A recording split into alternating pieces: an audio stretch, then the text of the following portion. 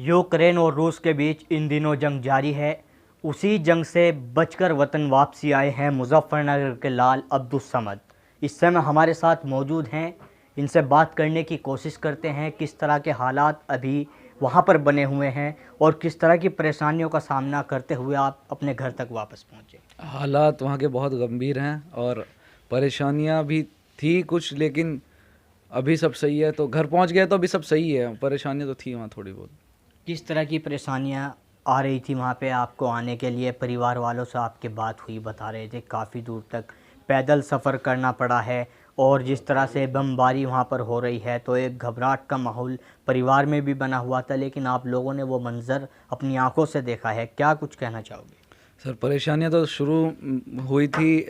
हम अपने शहर से निकले थे बस करके, और बस ने हमें बॉर्डर से तकरीबन 8.5 किलोमीटर पहले उतार दिया था क्योंकि जाम लग रहा था। तो वहाँ से हमने अपना कुछ बच्चे, हम तो ज़्यादा लगेज लेके नहीं आए थे, कुछ बच्चे बेवकूफ़, उनको पता ही नहीं चल रहा था कि हम रेस्क्यू किए जा रहे हैं। वो इतना बड़ा बड़ा लगेज लेके आए हैं, वो नहीं, उनको खुद प्रॉब्लम हुई है। 8.5 किलोमीटर वो खुद उसको घसीट के लेके गए हैं। और उसके बाद बॉर्डर पे बर्फ़ हो गई थी, फिर स्नोफॉल हुई, तो उसमें काफ़ी बच्चों को बहुत ज़्यादा तबीयत ख़राब हो गई थी। और भीड़ क्योंकि ज़्यादा थी तो बच्चों की काफ़ी चोटें भी आई हैं। तो परेशानियाँ तो बहुत हुई हैं बॉर्डर क्रॉस करने में। अब उस समय जिस तरह से लगातार वहाँ से सोशल मीडिया पर भारतीय छात्र छात्राओं की वीडियो सामने आ रही हैं जिसमें वो अपील कर रहे हैं, गुहार लगा रहे हैं। कुछ बच्चों का ये भी कहना है कि खाने की भी परेशानियाँ आ रही हैं, पानी तक पीने को नहीं मिल रहा है। कितनी सच्चाई है? क्या इस तरह के हालात वहाँ पर भारतीय छात्र छात्राओं के साथ में बने हुए हैं? सर, बॉर्डर क्रॉस करने से पहले तो सब सच्चाई ही है वहाँ पे, क्योंकि बॉर्डर के पास कोई रेस्टोरेंट नहीं है, कुछ नहीं है। एक छोटी सी, मतलब 2 छोटे रेस्टोरेंट है। रोमानिया बॉर्डर मैं क्रॉस करके वहाँ के बता रहा हूँ। एक पेट्रोल पंप पे रेस्टोरेंट है, जस्ट जस्ट उसके बराबर में टर्किश रेस्टोरेंट है। अब वो बच्चे वहाँ पे कई हज़ार हैं और रेस्टोरेंट की इतनी कैपेसिटी नहीं है कि उन सबको रखे। और उन्होंने पहले दिन तो अलाउ कर दिया था कि ये उनकी अच्छी बात है कि उनका अच्छा खासा रेस्टोरेंट बिल्कुल, वो बच्चे बस नीचे बिछा के कपड़ा पड़े, बस उनको छत चाहिए थी। तो बाकी बॉर्डर के पास कोई शॉप नहीं कि हम पानी ख़रीद सकें या कुछ कर सकें। बाकी काफ़ी बच्चे अपना सामान लेके भी आए थे साथ में, कि जैसे मुझे अंदाज़ा था कि हाँ 2 से 3 दिन लग सकते थे, तो मैं अपना उतना रिज़र्व करके चला था कि मैं वहाँ पे थोड़ा थोड़ा खा के गुजारा कर लूँगा। और बाकी और ज़्यादा परेशानी थी जब स्नोफॉल होने लगी, तो बच्चे वहाँ, क्योंकि वहाँ शेल्टर नहीं था तो सब नीचे सो रहे थे, तो उसमें काफ़ी दिक्कत हुई है, सो नहीं पाए। माइनस टेम्परेचर था, मैं खुद -2 डिग्री में सोया हूँ वहाँ पे। ये सब दिक्कतें थी। तो कितने समय से आप वहाँ पे पढ़ाई कर रहे थे और किस चीज़ की पढ़ाई करने के लिए आप गए थे? सर, मैं MBBS की वहाँ पे पढ़ाई कर रहा था और मेरा सेकंड ईयर था, ये सेकंड सेमेस्टर हो चुका था मेरा आधा।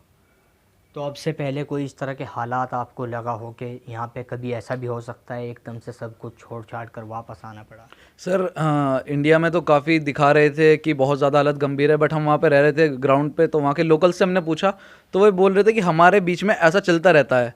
वो बोल रहे थे, उनको भी पता है हमारे बारे में, तो बोल रहे थे जैसे तुम्हारा और पाकिस्तान के बीच में चलता रहता है, ऐसे हमारे बीच में चलता रहता है, बट वॉर नहीं होती हमारे बीच में कभी भी। तो हम भी काफ़ी शांति से बैठे थे कि कुछ नहीं होगा, कुछ नहीं होगा, सब नॉर्मल है। लेकिन अचानक से 24 तारीख को वहाँ पे हमला हुआ, उसके बाद से सब हालात एकदम से बदल गए थे। आप लोग परिवार से हम लगातार आपके संपर्क में हैं। परिवार ने बताया कि आप खुद अपने खर्चे से बस का इंतज़ाम कर कर वहाँ से चले थे। कितने छात्र थे और क्या वो तमाम छात्र जो आप लोगों के साथ में थे वो सुरक्षित पहुँचे हैं घर पे अपने? हाँ, सबसे पहले तो हम जब घर से चले तो इन जो हमारी यूनिवर्सिटी है वो एम्बेसी के कांटेक्ट में थी, और एम्बेसी ने बोला था कि हम आपको लेके जाएंगे। तो 24 तारीख को हमला हुआ, उन्होंने बोला 25 को लेके जाएंगे। 25 को हम वहाँ से नहीं निकल पाए। उन्होंने बोला हम 26 को लेके जाएंगे। 26 को भी हमारी बस नहीं आई यूनिवर्सिटी की तरफ से। उसका रीज़न ये था कि वहाँ पर क्राउड इतना ज़्यादा हो गया था, इतना ज़्यादा हो गया था कि एम्बेसी चाह रही थी कि बच्चे धीरे धीरे करके आएँ, तो धीरे धीरे करके बॉर्डर क्रॉस करें, तो वो फ्लाइट में बैठ जाएँ, उनको वेट ना करना पड़े रोमानिया के अंदर, वो सीधा फ्लाइट में बैठें और घर। लेकिन बच्चों का क्या था कि हम बस उधर से निकल जाएं। वो जो सर पे खतरा मंडरा रहा था ना कि कहीं ब्लास्ट ना हो जाए, कुछ ना हो जाए, बस वो चाहते हम बॉर्डर पे रुक जाएंगे, बॉर्डर पे ही 3 दिन गुजार लेंगे, यहाँ से निकाल दो। लेकिन गवर्नमेंट सॉरी, हमारी जो यूनिवर्सिटी है वो चाह रही थी कि बच्चे इस तरह जाएं कि वहाँ पर भीड़ ना हो, वहाँ पे दिक्कतों का सामना ना हो।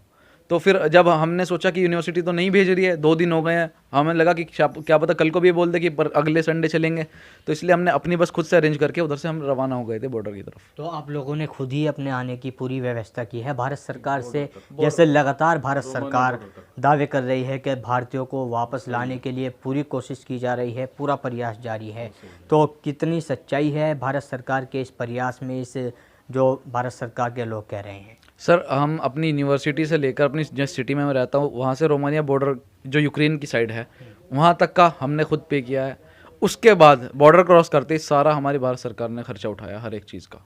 तो अभी क्या कहना चाहोगे आप भारत सरकार के लोगों से? और भी आपके साथी होंगे जो वहाँ पे पढ़ाई कर रहे थे, जो अभी तक अपने परिवार के बीच नहीं पहुँचे हैं। मैं सरकार से सबसे पहले तो मैं घर आ गया हूँ, मेरे साथ बहुत लोग आ गए, मुझसे पहले बहुत लगे, उन सब की तरफ से उनके परिवार की तरफ से शुक्रिया अदा करना चाहूँगा क्योंकि उन्हें बिना 1 रुपया लिए फ्री ऑफ कॉस्ट उन्हें घर डोर स्टेप तक पहुँचा रही है सरकार, सेंट्रल भी और हमारी जो स्टेट्स गवर्नमेंट हैं वो भी। और बाकी जो वहाँ पर हमारे लोग फंसे हुए हैं, हमारे दोस्त हैं जो इंडियन स्टूडेंट्स हैं, और उनके लिए मैं चाहूँगा कि उनको जल्दी से जल्दी निकाला जाए और बॉर्डर पे और ज़्यादा अपने लोग भेजे जाए एम्बेसी के, ताकि वो सेपरेट करके इंडियन स्टूडेंट्स को कम से कम निकलवा दें क्योंकि भीड़ में इतनी भीड़ है, इंडियंस, नाइजीरियंस, अरेबियंस सब फंसे हुए हैं, तो उनमें से एटलीस्ट अपने इंडियन स्टूडेंट्स अलग सेपरेट करके वो निकाल दें। हमारे साथ अब्दुल समद के पिताजी मौजूद हैं जो बहुत ज़्यादा भावुक हो गए थे बात करते समय जब बच्चा घर पर नहीं पहुंचा था। जी तहसीन साहब, क्या कहना चाहोगे भारत सरकार के लिए, जिस तरह से आप उस दिन भारत सरकार से अपील कर रहे थे कि सख्ती कर दी जाए, जल्द से जल्द बच्चों को लाया जाए? भारत सरकार का और स्टेट गवर्नमेंट का बहुत बहुत धन्यवाद कि गवर्नमेंट ऑफ इंडिया की कोशिशों से हमारे बच्चे हमारे घर पहुंचे हैं और आज हम खुश हैं। जो स्थिति 3 दिन पहले थी वो आज नहीं है। 3 दिन पहले गम का माहौल था, ये लगा था कि आएंगे कि नहीं आएंगे, बट जो गवर्नमेंट ने एफ़र्ट किए हैं वो उन एफ़र्ट उठाने की वजह से बच्चा आज कुशल पूर्वक जो है सकुशल घर पहुंचा है। तो सरकार के लिए क्या कहना चाहोगे हमारे माध्यम से? आपके माध्यम से मैं ये कहना चाहूँगा सरकार से, जो बच्चे आ चुके हैं उनके लिए धन्यवाद, बट जो हमारे इंडियन स्टूडेंट वहाँ फंसे हुए हैं उनका जितना जल्दी हो रेस्क्यू करके उनको निकाला जाए और स्वदेश वापस लाया जाए। अब्दुल समद, अभी और क्या लगता है आपको, कितने भारतीय छात्र वहाँ पर होंगे? सर कुछ अंदाज़ा नहीं है क्योंकि मैं जब देख रहा था अपनी आंखों से तो बस मतलब मेरा जो व्यू था, व्यू पॉइंट एंड हो गया था, लेकिन स्टूडेंट्स एंड नहीं हो रहे थे। इतना बच्चा वहाँ से आ रहा था हमारे रोमानिया बॉर्डर की तरफ, और ये सिर्फ मैं रोमानिया बॉर्डर की बता रहा हूँ। स्लोवाकिया, पोलैंड और हंगरी का बॉर्डर अलग है, उनका अलग हाल है।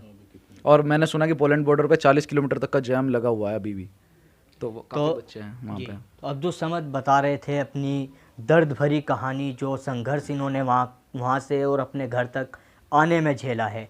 लेकिन भारत सरकार लगातार पूरी कोशिश कर रही है और कहीं ना कहीं भारत सरकार की ये कोशिश सफल होती नज़र आ रही है। मैं अपने सहयोगी एस चौधरी के साथ Tanveer Malik, India Plus News, Muzaffarnagar. India Plus News, सिर्फ वही जो सही।